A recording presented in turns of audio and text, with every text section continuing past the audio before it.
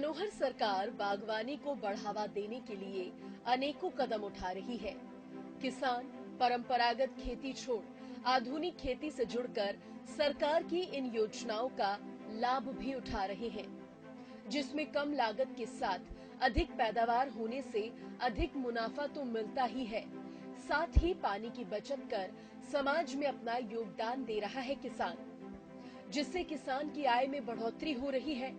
और ऐसे ही एक किसान हैं बराड़ा के किसान जयवीर सिंह, जिन्होंने परंपरागत खेती छोड़ आधुनिक और ऑर्गेनिक खेती को अपनाया है।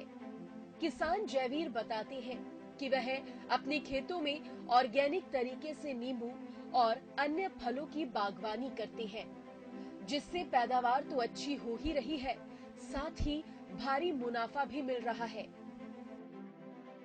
बागवानी की खेती किसान भाइयों 6-7 साल से लगा करने। पहले मैं पॉपुलर सफेदा वो लगाता था। अब मैंने ये खेतों में नींबू, किन्नू, अमरूद, कटहल, अनार ये पौधे लगाए हुए हैं। आप कितने एकड़ की खेती कर रहे हैं? पास 4 एकड़ है।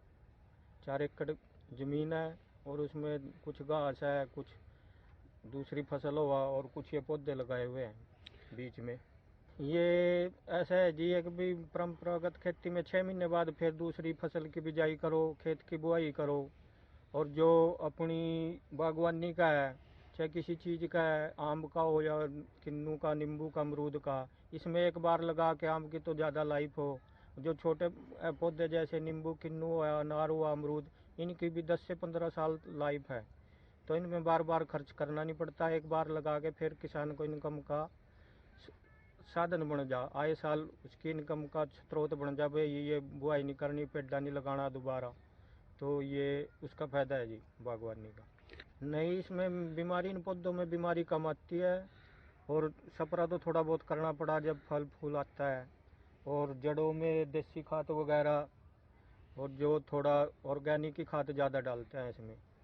इतनी ऑर्गेनिक खाद गिरने से इतनी अंग्रेजी दवाई नहीं गिरते भाई, जैसे हो गया यूरिया जा रही है और थोड़ा बहुत डीएपी और ये पोटास वगैरह, थोड़ा वैसी चीज़ें डालनी पड़ती है। प्रगतिशील किसान जयवीर सिंह ने बताया कि इस तरह से बागवानी करने में उन्हें बागवानी विभाग की तरफ से भी पूर्ण सहयोग मिलता है। साथ ही किसानों के लिए सरकार द्वारा चलाई जा रही योजनाएं भी काफी लाभदायक हैं।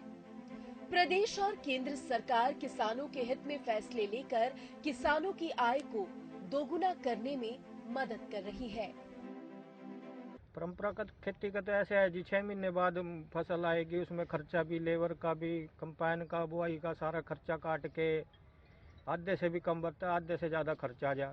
और जो बागवानी है, एक बार लगा दिया है, उसमें बार बार इतनी बुआई का या पौधों का खर्चा नहीं है। उसकी 10-12 साल तो लाइफ आराम से चलेगी। ये नहीं भाई 6 महीने बाद पौधा दूसरा बदल दिया या 6 महीने के बाद दूसरी पौधा बदल दिया।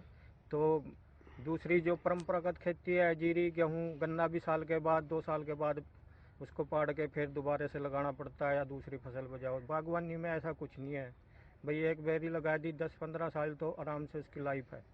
बागवानी के उसमें हरियाणा सरकार का भी धन्यवाद करा जी। 50,000 रुपये तक सब्सिडी दे रही किसानों को भाई, जिसमें नई गुंजाइश है वे पौधे लाकर सरकार से संपर्क करके बागवानी विभाग से और कन्फर्म कर सका, पौधे भी देंगे, उसका रख रखाव का सारा खर्चा, और 50,000 रुपये तक सब्सिडी दे रही।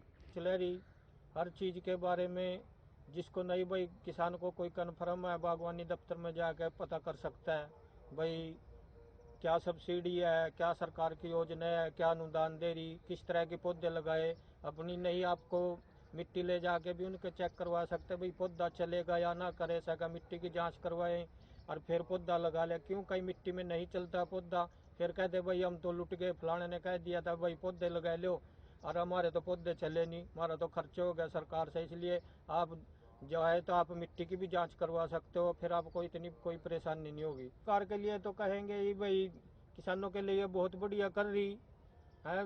फसल का, मेरी फसल मेरा ब्यौरा, एक तो इसको किसान को पहले पता नहीं था भाई मुश्तर के खाते में मेरी किले जमीन है, मेरे कौन से नंबर है। जब से ये रजिस्ट्रेशन शुरू है तब से पता लग जाए भाई ये किले मेरे नाम है, ये नंबर है, ये ऐसे हमारे जमीन है, साझे खाते की है। और उसमें फसल भी सही रेट में बिकती है, जो रेट है तो उससे कम रेट नहीं लगेगा बाजार में। और पेमेंट भी किसान के अकाउंट में आएगी, खाते में पहले आ जाता है, भाई पेमेंट नहीं आई ये ले लिया। किसान की ये बहुत अच्छी योजना है भाई सरकार की। भाई सरकारी मंडी में सरकारी रेट पे भी बिकेगा, चाहे किसी प्रकार का पहले हो जाता भाई अड़ की फसल चली गई तो उसका थोड़ा रेट कम हो जाता, अड़ की हो या अच्छी हो तो रेट सारी फसल का सरकार एक ही रेट देती है और इसकी पेमेंट किसान के खाते में डालती है, चाहे उसकी 5 क्विंटल है, चाहे 500 क्विंटल है, चाहे 400 क्विंटल है, चाहे 50 क्विंटल है। किसान जयवीर सिंह अपनी खेती करने के तरीके के बारे में बताते हैं। उन्होंने बताया कि उन्होंने नींबू के पौधे खेत में ना लगाकर खेतों की डोल पर लगाए हैं, जिससे खेत में दूसरी फसल भी लगाई जा सकती है। जैविक खेती कैसे है जी, ये नींबू लगाए हुए हैं हमने और किन्नू भी है, अमरूद भी है, कटहल भी। ये जैविक खेती का ये रिजल्ट देख लो, ये 4-1 फुट है, कम से कम 4-4.5 फुट और हर साल फल देता है और भरपूर फसल देता है। जैविक खेती से ये फायदा पेड़ पौधों को। और हम अपने खेतों में भी जैविक खाद ही डालते हैं, पशु रखे हुए हैं, देसी खाद वगैरह और वो डालते हैं। ये मुनाफा ही मुनाफा है जी, जिसको एक बार लगा के 10-12 साल चलेगा, ये आए साल फल देगा। 40-50 किलो भी उतर गए तो कम से कम 50-60 रुपये का तो रेट हुई, 1,500-2,000 रुपये का एक पौधा आराम से निकट जाता है और 1 एकड़ में कम से कम 200 पौधे लग जा। और किसानों के लिए यही कहेंगे भाई, आप परंपरा खेती भी कर रहे हो तो थोड़े बहुत आप नहीं बीच में लगा सकते हो तो मेरे की तरह जैसे मैंने डोड़ों पे लगाए हुए हैं, आप डोड़ों पर भी लगा सकते हो, खेत में भी लगा सकते हो। उससे एक तो आपकी बाड़बंदी भी हो जाएगी जंगली जानवरों से, आवारा पशुओं से। उसमें भी आजकल किसान को बहुत दिक्कत है, एक जंगली जानवर परेशान करते हैं, एक आवारा पशु बहुत फिरा। तो ये नींबू किन्नू जो आप डोड़ों पर लगाओगे, इससे आपकी बाड़बंदी भी हो जाएगी, आपके इनकम का साधन भी हो जाएगा, इससे आपको डबल फायदा होगा। किसान जयवीर बताते हैं कि उन्हें अपनी फसल को बेचने में भी कठिनाई नहीं आती।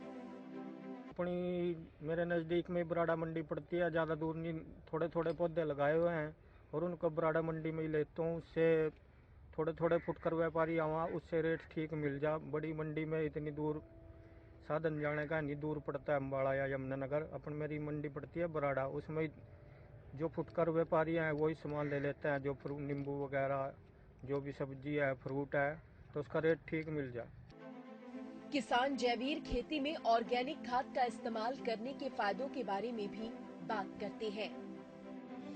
भाई यही है जी, जैविक खेती से तो इससे जमीन ताकतवर हो जाएगी। जो अपने अंग्रेजी खाद घेर घेर के कहीं कहीं कट्टे और जमीन की ताकत कमजोर है रही, तो जो जैविक खाद होगा, देसी खाद होगा, इससे जमीन की ताकत बन जाएगी दोबारा। 2 या 3 साल के बाद इसमें जैविक खाद, देसी खाद जरूर डालना चाहिए, चाहे आप गोबर की डाल लो, चाहे आप मुर्गी की डाल लो, तो इनका ज़मीन में बहुत अच्छा रिजल्ट है। ज़मीन की ताकत को बहुत उर्वरक और बुरा भी बनावा, उपजाऊ भी बनाती है। प्रगतिशील किसान जयवीर सरकार की योजनाओं से खुश हैं।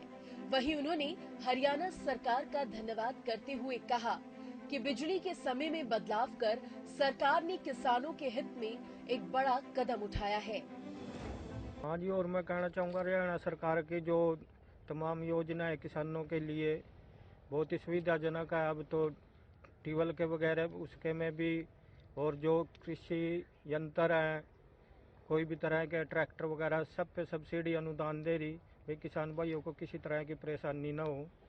तो सरकार की योजनाओं से हम बहुत प्रभावित भी हैं और खुश भी हैं।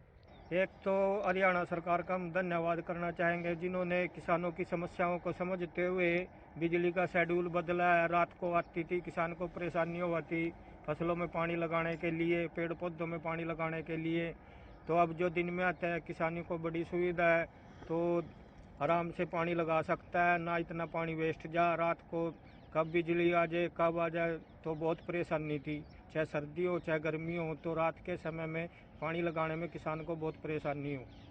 प्रदेश सरकार द्वारा किसानों को मिल रही सब्सिडी और योजनाओं के लाभ से ही आज हरियाणा का किसान आधुनिक खेती की ओर बढ़ रहा है। साथ ही प्रदेश का किसान जानता है कि कैसे कम लागत में अच्छा मुनाफा कमाया जा सकता है।